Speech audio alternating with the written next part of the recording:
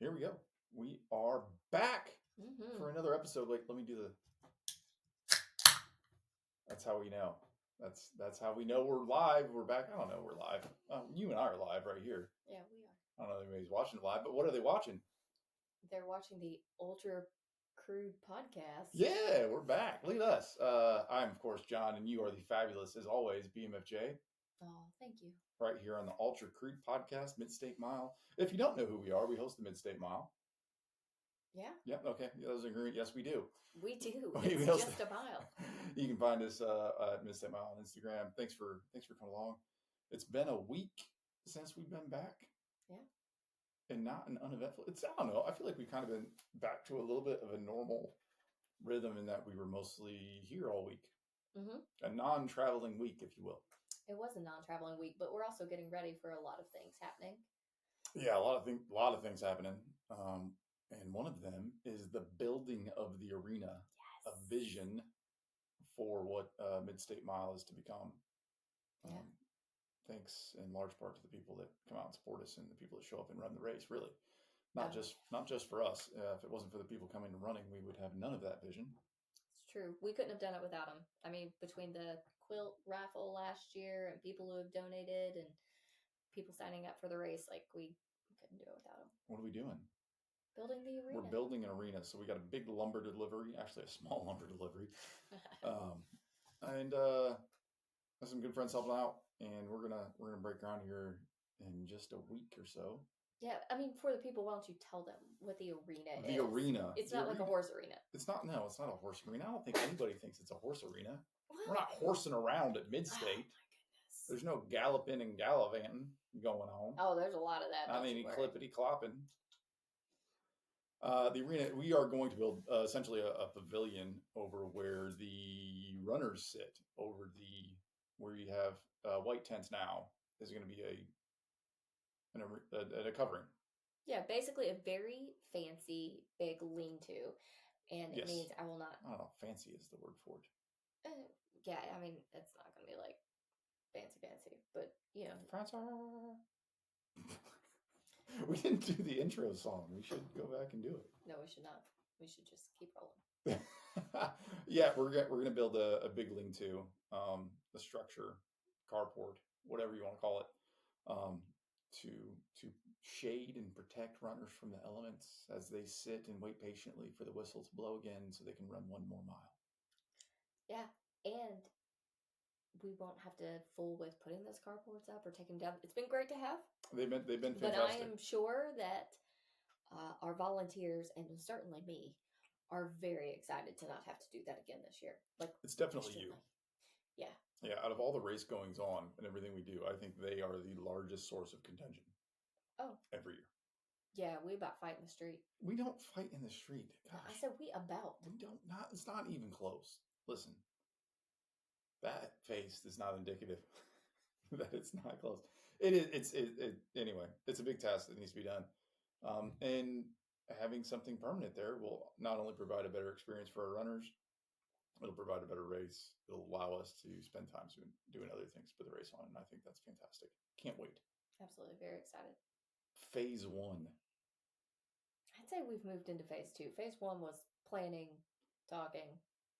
We've got stuff like we're in the action phase now. I think phase 1 was me tricking you.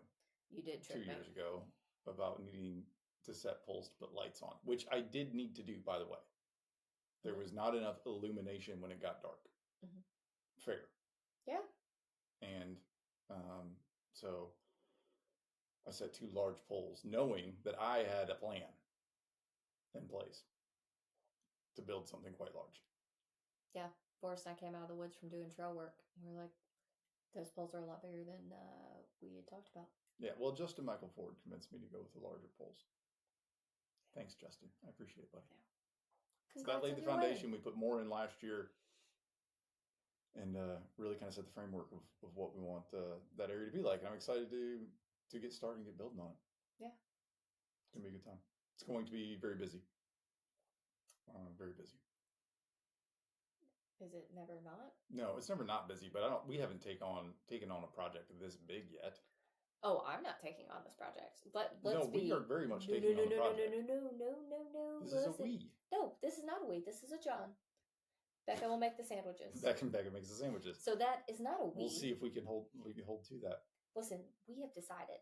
Are you gonna? Am I gonna tell you how to make the sandwiches? Are you gonna tell me how to build this? No, I have seriously said I have no input. I trust whatever Now, y'all listen. are doing. I know that you can sit here and tell the listeners that you have no input, but we both know that you have all of the input on all the things. Nope, not on this. Nope, not a bit.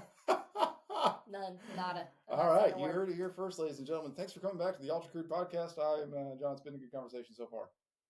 Mm-hmm. All right, yeah, we're getting excited, and then we both ran this weekend. We did. Yeah, we did Music City Trail Ultra, which is a fabulous race put on by Hardwind Adventures, right here in Nashville, just outside Nashville, is where the race takes place in Ashland City. It's a private farm. It runs through the Cheatham County Wildlife Management Area, and that's a mouthful. It is. You managed. Good job. It is rugged. It is beautiful. I think it would be a lot more beautiful if it wasn't just so much brown. There's a lot of brown, but it's just that the time of year it is. It's very brown. And we'll get into that. We'll do the research. I do think we have a listener question, Miss Jones. We do. Amy Richards. And what is that listener question? Wanted to talk about falling. How do you recover after a fall? How do you mentally shake that off? How do you kind of get over that for like your next run and continue it on? Yeah, I think that's a great question. I think if you're running trails or you're running ultras and you haven't fallen yet, you will. Oh, absolutely. 100%. I remember my first fall. I don't know if you do, but I know exactly where I was when I fell the first time. It was on our blue trail at Edwin Warner Park, and I was coming down the backside going clockwise. And we usually run counterclockwise, but I was coming down that backside almost to that little parking area. Yeah. Where it pops out. I was just before that. Tripped, fell, tumbled. Where there all those rocks are? No, it was before that. Oh, so not even in like a no, it wasn't. Fall. No, it wasn't in a very folly spot. There was a couple of roots there, but I'm not sure what I tripped over. But I just tripped, and it's like, oh, okay, that's kind of lame. Didn't enjoy that. That was years ago, years and years, and I have gone years and years and years since falling. But I went out into the backcountry on the Reckoning a couple weeks ago, and I took a couple falls. This is a fast packing trip that I was leading with Nathan Hicks and Everyday Grit. And I fell twice. I fell in the back. I was kind of, I'd stopped and I took off and I ended up on the ground. I was like, ugh, it's been a long time since I've fallen in the woods. And then I fell again on some down trees. I stepped on one and I slipped and I fell kind of like face first, right on the tree. I was like, ugh, again, what the crap is happening to me? Why am I falling? I am not a faller. I'm usually very agile. I have very cat-like reflexes. Oh, I'm sure. I've seen you. You're nimble. Yeah. You're like nimbly bimbly. I am like a water buffalo out there. I don't know how nimbly bimbly a water Have you ever seen a water buffalo like on the banks of the water when the crocs come at them? They can move. They are quick. Yeah, when your life dependent. Yeah, when your life is dependent on it. Yeah, I would hope so. Yeah. Sometimes when you're out there, your life depends on. Anyway, so we'll get to it. Congratulations. I don't know if Becca talked this up or Amy talked it up, but I took a really hard fall during the Music City Trail Ultra. I was in for the 50K.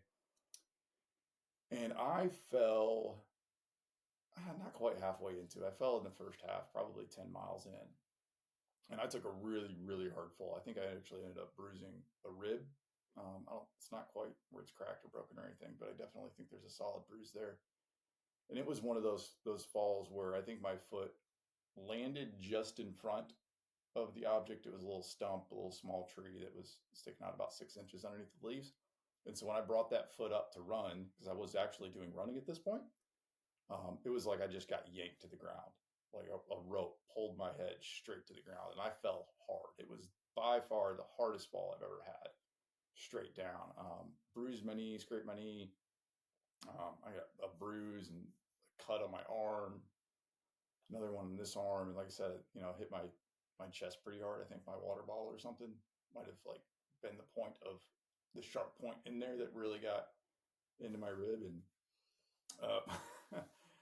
And and so what do you do? And I think one of the what you need to do is absolutely assess if everything is mechanically working. Now, for me, I have been trained as a wildlife first in wilderness first aid, which is a little different than front country first aid. The wilderness, as they define it today, is 40 minutes outside of definitive care. So you can look at that, think of where you were on that course. Mm-hmm. And at every point, you are 40 minutes from an ambulance, at least. For sure. And I know I was well outside 40 minutes. And so that's kind of how they define wilderness. Highly recommend you getting some training if you're going to go in the backcountry, having those tools so you know what to do. What not to do is a big one. What not to do is probably the most important. Yeah, it really is. And I think, we're all pretty good natured and always want to help people, but sometimes staying with somebody and helping them is not the right thing to do for them. You have to go on and actually get help. And so I think the first thing you need to do if you take a fall is assess if everything's working. I think a good rule of advice is to get up as quick as you can. If you can do that moving, that's great. If you need to take a second and assess where you're at, it took me a second to assess where I was at and go, okay, I feel mostly all right. Get up, start walking. How does this feel? And kind of do a head to toe assessment of is everything working? How do my ankles feel? How's my arm feel? Does everything look normal? You kind of need to do a body scan. If you can run your hands, kind of over your body, over your head, do one of these head to toes. You're essentially looking for blood because you might not know that you're bleeding right away. Yeah. It's a good thing to do. And then just kind of keep going. And see if everything's going to work. You're going to have to make a decision whether you can continue or not. I knew fairly quickly that I was capable of continuing. I was going to go to the next aid station. The unfortunate situation with that race is that all those aid stations are remote. One of them has 0 cell service. It's a quarter-mile, half-mile hike in. I think the other 2 you have to get there on a UTV side by side. So they're kind of out there. So even if you get to one, they're not essentially going to be able to render you aid. No, you're waiting for a while. Yeah, and if God forbid something happens. If something happens, and fortunately, I was fine, and hopefully you will be too. But the first thing you need to figure out is whether you can move or not, and what that movement is going to look like, and maybe it hurts. Maybe it hurts to move. If it hurts to move, then going to the nearest point is probably your best option. If it's uncomfortable, if it's uncomfortable to move, but like, all right, I'm gonna run it out. I can shake it off. That's good. A lot of people will roll an ankle, sprain an ankle, and you need to keep moving on that. If you stop because you've got a sprained ankle, that joker's gonna swell up quick. Yep, you do have to keep moving. You see a lot of people just pause and sit, and if it's not broken, you need to keep moving. Absolutely. Yeah, and move to a point where somebody can actually help you, at least. Well, and in that too, and this is not for anyone. This is not any kind of advice that if you actually need medical attention, don't get that. But some races are going to charge you for that search and rescue to come in.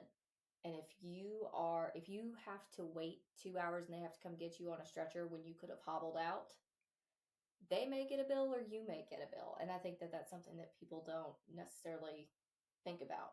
Yeah. And to the people that come and find you that you can get out under your own power, they're going to be real upset. They are. And I think that's usually when they hit you with something. And we've been fortunate enough to not have that happen, but I have seen it happen to other people. Again, if you need medical attention, get the medical attention. But if it's just uncomfortable, I don't know that it's $700 uncomfortable. Well, it's not just that. Is that rescue takes a really, really long time. Yeah. And there's no overestimating how long a rescue can actually take when it comes into getting a crew there that can, and the amount of people that are going to be present to carry you out. Mm-hmm. you're talking about a dozen people or more.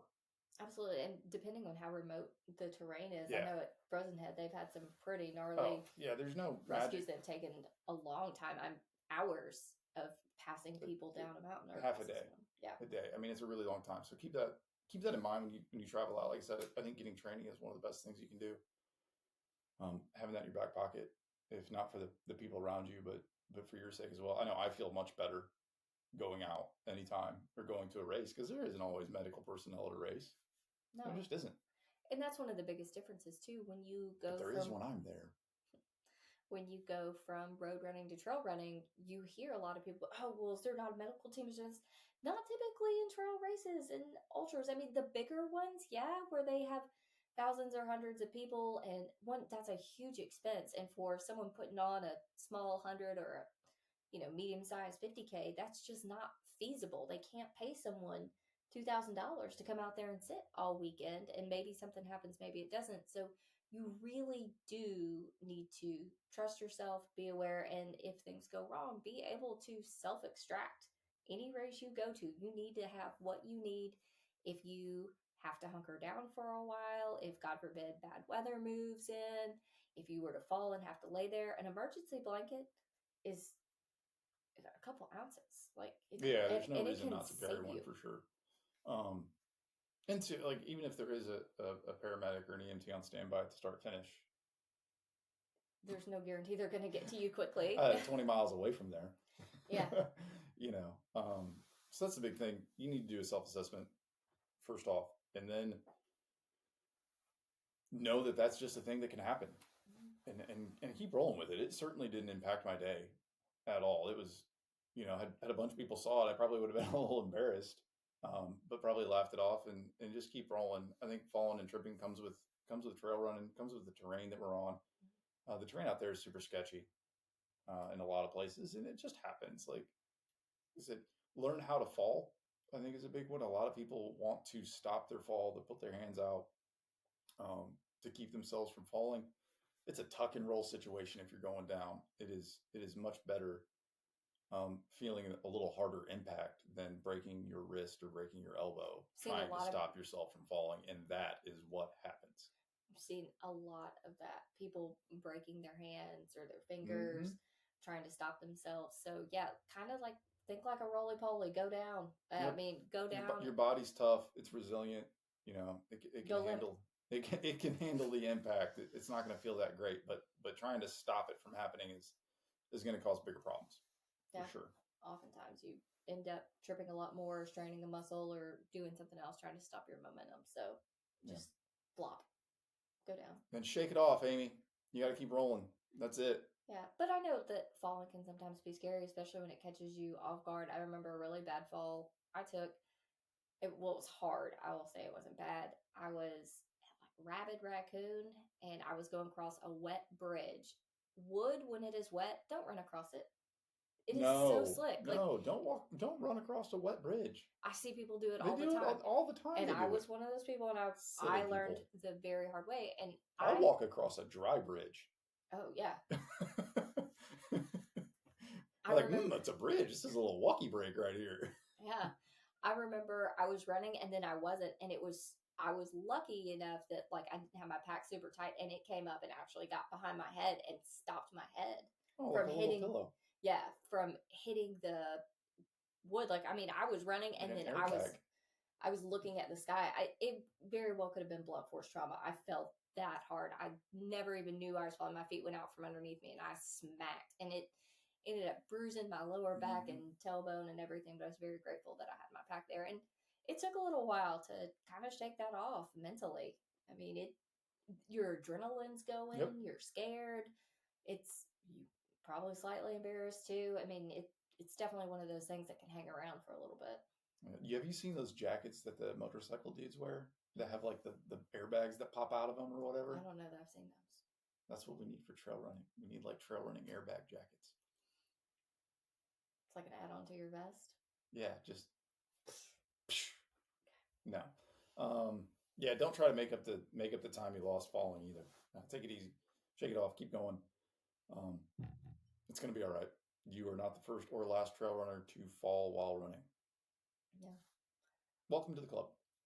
Also, with that being said, too, when you're running behind people, give them enough space. Oh, Do yeah, not goodness run gracious. on their heels. I cannot tell you how many times I want to turn around and snap at someone and go, if you were to trip, wouldn't you take me down with you? Get off my ass. I was the worst at this when I started trail running. I'll run pretty close to people if I'm pacing. But you know, when I was the first month into trail running, I ran close to people and I shoved this girl into a tree because I tripped and was going down, and it almost got ugly real quick. And yeah, Yeah, so I'll say something. I will give tell some you to people get some off my space. ass Yeah. for sure. Like, that is the Ultra Creed podcast, ladies and gentlemen. well, there's just no sense. If you can reach out and touch someone or your momentum would hit them, you need to back off. That extra Mhm. 2 steps. If you're running that much faster than them, go around them. Yeah, especially Oh, in the you can't downhills. go around them? Then guess what? Then you just take a little step on back. Get up off them. Yeah, especially downhill. Yes. Give space going downhill, obstacles, stuff like that. I know I definitely kind of snapped and had a moment at a race last year. No. Well, it was very Becca Jones. I was moving over it and it was very rocky and a lot of leaves and there was no good place to fall if you did fall. And I was ahead of the guy the entire time, but he just, for whatever reason, wanted to just try and bomb down those hills. And it's like, I've been ahead of you for miles. You haven't passed me. And I want to know what race it was. People want to know. What race was it? it was at the 37 Project. Oh, that was Walt. Yeah, it's okay. But you know, I don't know if you know what those rocks are like on that downhill, and it's a long, kind of steep downhill. No, I have no idea what that's like. And I finally just turned around. I was like, "Hey, if you want to run faster than me, then run faster than me. Go around, but get off me." He was like, "Oh, I didn't mean to." But we had done that for like a couple loops. Oh yeah. So we were like probably 8 miles into this whole thing. Was he letting you pace him? I don't know what he was doing. And he may not even been thinking, and I probably should have been nicer about it. But at that point, I had had enough. You gotta be yourself. Stay true to character. I could have just put my hand behind me and touched him. But then when we're Here's running, your problem when you're space. doing running is that you're so pretty. Oh, thanks. That dudes just want to be next to you. Oh, thanks. I wish you were slower so I could be next to you. Oh, we'll get there, babe. I don't know. We answered this question. Yeah, we did. Answered. All right. So let's unpack Music City Trail Ultra. Becca Jones, what were you in for? I was just in for a good long run. What distance did you run? I did the 25K. So half of what I ran. For those keeping score at home. Yeah. Like 27K, I think, is what it's supposed to be. I'm not sure if it ran long or shorter. Listen, I do miles. I don't know Ks. We're in America. Okay. Yeah. And we speak American. Outside we don't measure stuff in Ks, okay? You start talking Ks over a 5K, I don't know. Okay. I'm done. I don't do conversion. I ain't mathing conversions. No, I'm not a calculator. Tell me how many miles we're going and just call it that. I'm country and it's yonder. Yeah. Okay. It's on up there. Becca's race distance that isn't an even mileage. It's just a yonder. She ran the Music City Trail yonder. Yeah, like it was 16 miles, so maybe it was the 25K, maybe it was the 27K. I don't know. I have no idea. Well, was it fun? Oh, I did. Was the yonder fun? Yes. And I set out to have a good time, and I did actually ended up teaming up with a couple guys from the Scalawags who come out. From the what? Moving on. What is Gabe's running group? It's called what? Done. Is it the Scallywags?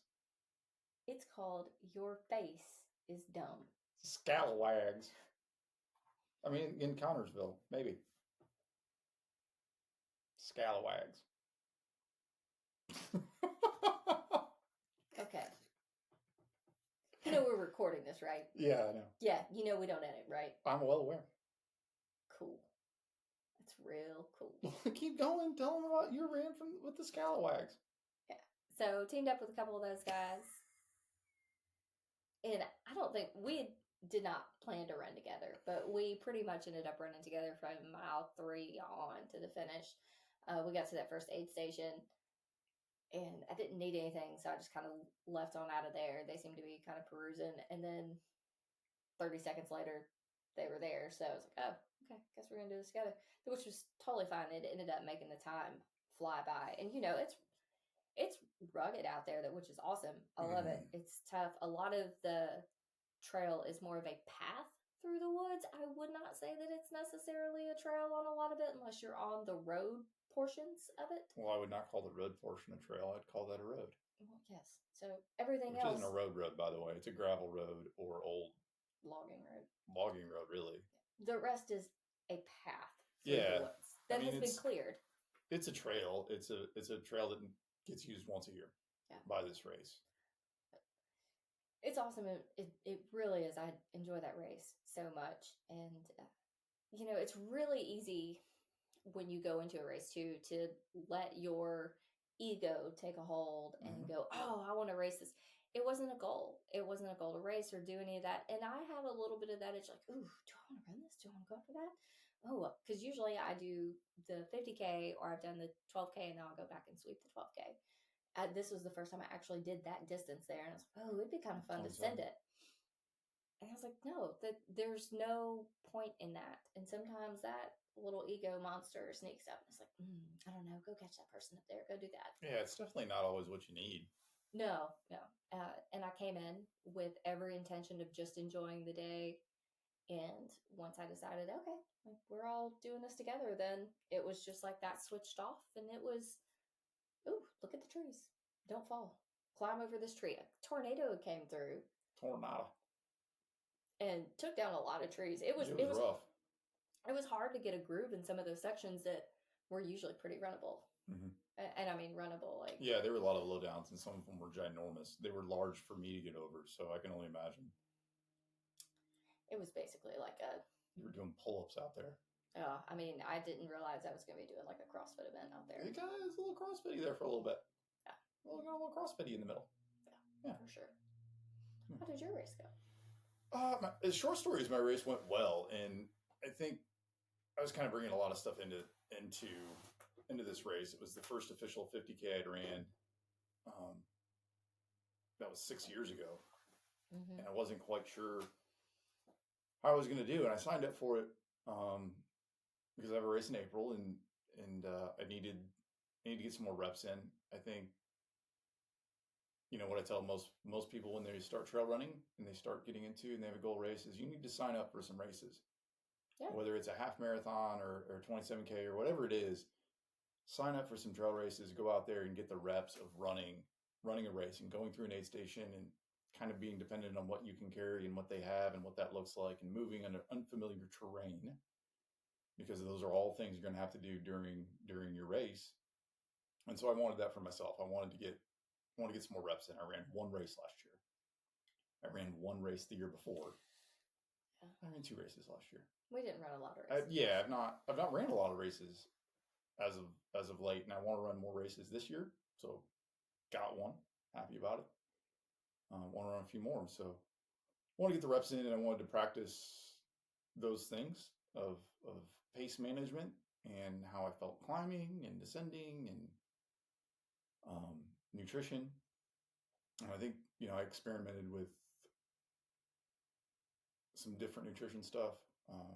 Huma gel has 250 milligrams of sodium in it, so I wanted to see how that would go. Before I get into all that, I had a plan to kind of manage what this race was going to look like for me. Like I said, I had a lot kind of leading up to it. Whether I was making it bigger than it needed to be or not, I was returning to a race that didn't go all that well the last time I ran it. It was a struggle, and I remember how hard it was. And I think your body keeps the score of that, and your brain remembers. And so I wanted to be very conscious of, yeah, one of those two, about what was going to happen. And last week we talked about how important recognizing and understanding your emotions were. The other side of that is sometimes, regardless of what you're feeling, you need to keep moving anyway. And so I knew going in, hey, this might come up, that might come up. It's going to be okay. You're just going to have to put your head down and keep moving regardless of what happens. And so I took all that into account. I ran with music for the first time in a race. I brought the headphones. I was like, hey, if things get a little dicey around that mile 20, barrier. We're gonna throw on some music and we're gonna rock out. I ended up just throwing them on early because I ran the race by myself the whole time. Wasn't really running with anybody, and so I threw the music on and just kind of grooved, and I never really got a low spot. There was a spot where I certainly got frustrated with the terrain. There's a really wonderful part of the course, so it's a 7 mile loop, and about 4 miles of that is in a creek bed power line right of way that they bush hog. And so it just left a bunch of little stumps of sticks and small trees to trip over. And so I ended up hiking quite a bit. And that was frustrating. Listen, this race is the only flat part of the course, but it has about 50 creek crossings in it. Mm-hmm. And so it's one of those areas where you can certainly get frustrated. And I remembered when I was going through it, how it felt to go through it the last time I did. Yeah. And not wanting to give those feelings or emotions a whole lot of credence, mm-hmm. you know, and I was moving slowly through it. But in the moment, I recognized that I was doing that under my own free will and power. Like I was taking it a little easier because I could take it easier. Yeah. And I was in control of what my body and my race and how it was unfolding. And so I was happy with that. Yeah. Yeah. Good. So nutrition stuff went good. Sodium didn't go great. I didn't take in enough salt. I recognized that. Fixed it for a little while. Felt good running. And then my legs kind of felt like crap again. By the way, what is the rule of thumb so much when you find a gel on the trail? Oh, it's your gel. The finders keepers situation? Yeah. You're not going to run by people and be like, do you lose a gel? Okay, just checking, because I did find an awesome sauce out there. That's a good one. It was a good one. I was like, ooh, I'm going to pick that up. That's going to be tasty later. And it was amazing. Yeah. I loved it. I was like, this is fantastic. Yeah. I found someone's reusable cup, so if you're missing a reusable cup, I don't know if I would use a reusable. Yeah, if you missed an awesome sauce gel, thank you. I picked it up for you, yeah. So you didn't litter. You're welcome. I picked up a decent amount of trash out there. I was pretty surprised. I felt bad for Mike running behind me because I would try to be like, hey, I'm going to pick this up, or hey, help, I'm stopping. And then a couple times like, oh, okay. Now he's running too close. Tell him back off. No. I mean, he was running a good distance, but I guess maybe I mumbled and did not speak as loudly as I thought. That happens every now and then. Yeah, but that is good. I mean, pick up trash if you see it out on the trail. Yeah, don't run past it. Yeah. I think about that too when I see it there. Like how many people pass this? Just pick it up. So, I mean, if I only have a water bottle and it's like an out and back, I'll usually pick it up on the way out or the way back. Sure. If it's still laying, that makes sense. I'll usually grab it. But if you can pick up a piece of trash, pick up a piece of trash. Yeah. If I've got on my vest, I'm picking up trash nonstop. But usually I have to go through whatever is in my handheld in order to clear room to pick up trash and replace it. Yeah, I took all of my discarded gels in my pocket so I could count my calories up afterwards and see how well I did. I think I probably did okay-ish. Not enough quite, but it was okay for the day, and happy with it. You know, I ran faster than I did 6 years ago, and there's not a lot of times that I think you you can outdo your younger self. Yeah. And I don't know if it's essentially because I'm faster now or am in better shape than I was, a younger version of myself, but I brought more to it. The experience I had since then, I remember, last time it was all the first time. And I spent a lot of time since then clearing parts of that trail and hiking good bits of it with a leaf blower. And so I knew what to expect. Yeah. I knew what was ahead of me. I knew that it was going to be all right. And I was in a similar situation with you, whether, I didn't get lulled into racing the guys ahead of me for a long time. There was like a pack of 3 dudes and there was like one straggler at the back of them. Mm-hmm. And at any point, if I thought like I was racing or wanted to push it, it would have been very much go get this guy. Yeah. Like go run him down. Like you can pass it. And it was just never that feeling. And there were sections where I was kind of hiking through a more technical section or a twisty part or whatever it was. and the guy ahead of me was was running every 2 steps he could run. Yeah. And I think that can kind of get in your head where you feel like you need to be doing more or as much as the person in front of you. And it was just in that moment, it was the realization that you don't need to let what somebody else is doing affect what you're doing. Absolutely. You should only focus on what you're doing and run your race. And a lot of times we want to do the opposite of that. We see what other people are doing, and we think we should be doing something different because they're doing something different, and so then we alter our game plan. Oh yeah, it's really easy to do, and it's really hard when you're out there to you know only run your race, stay in your own zone. We've got some technical difficulties here. Stay in your zone, and keep focused on what you're doing, and not worrying about what the person up in front of you is doing or who's behind you. One of my sayings that I keep in my head to keep me from looking back and worried about when people are coming at me is winners don't look in the rear view. That's what's up. That's what I tell myself when I want to look back and see what's happening. Like, winners don't look in the rear view. You can only race what's in front of you, and it's something that keeps me in my space. And it sounds a little ego driven or whatever, but that's something that locks me back into my race, my plan, what I'm doing. I think it was several years ago, actually, at Music City. There was a guy that was running, and he said something early on like, "Oh, I expected you to be on up there, blah blah blah blah blah." And I was like, I'm doing my own race. I've got a plan. I'm going to execute my plan. And he pushed on ahead, and I ended up passing him, I think, around mile 20 of the 50K, just still doing the exact same pace that I had done the entire time. I never changed anything. I just started moving up, and I believe you're the one that always says they will come to you. They will. So, I executed my plan. I ended up running, I think, 540 something that year. What's up? Dang, yeah. It was for a 50K with that is 6,000 feet of gain. Smoking fast. It was a good race. And he sent me a message afterwards and was like, one of my new mantras now is don't let Becca Jones pass you. And he didn't mean it as a bad thing, but it was.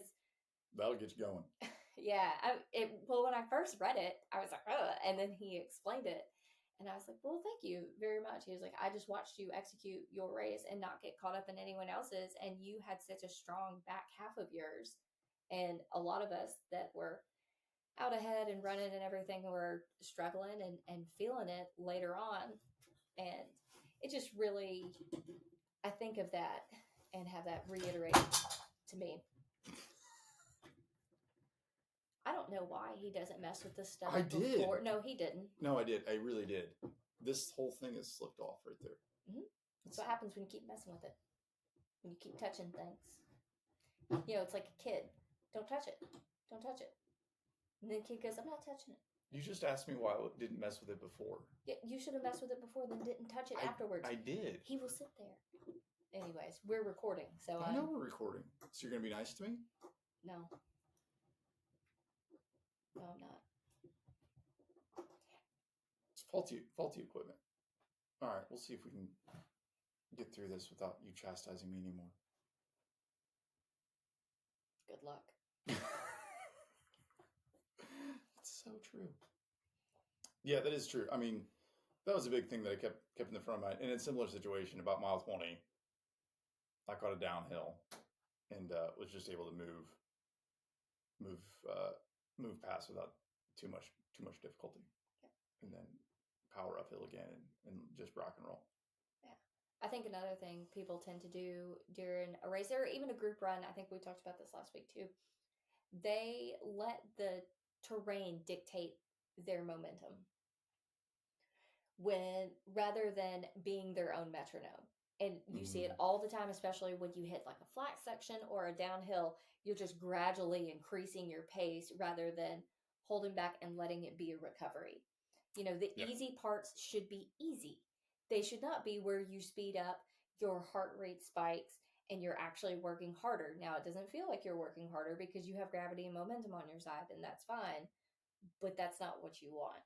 you should be in control of your body, of your cadence, and what you're doing and how you're moving down. But you see that a lot, especially in a group.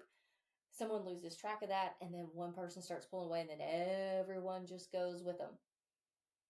Yeah, it's easy to get sucked in. I see that. I think you see that a lot with newer trail runners is they hit the flats hard. Yes. Like, and there's a lot of runnable out there. There's a lot of gravel road and in sections where you can kind of break free. And I feel a lot more comfortable in the trail, and it's tight and twisty. Oh yeah. And I felt there are sections of that course that I have to turn sideways to get through the trees. Yeah. Like it's tight, and I just felt more comfortable in the woods and on the trail, the uphills and the downhills, and that's kind of where, like you, I didn't work any harder when I got to a flat section that was more wide open. I wasn't like, oh, here's my chance to really make up ground. I was like, no, okay, this is my chance to just keep doing the same thing instead of like, oh, I got to make up all this ground. No, just let it flow.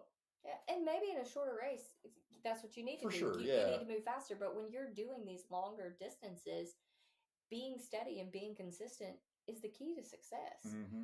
Because there's no sense in running a 9-minute mile right there when that's going to make you run a 14-minute mile later. Or a 17. Yeah, just stick with 10, 11-minute miles or whatever that is.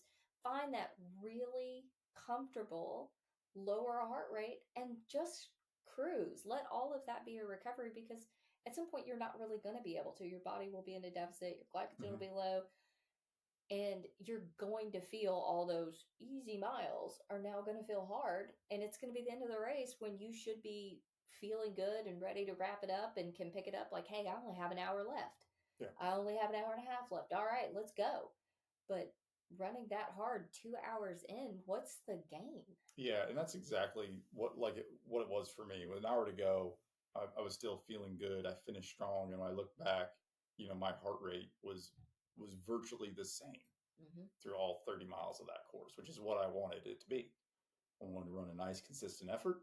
I knew how hard I wanted to work. It wasn't essentially a low heart rate run.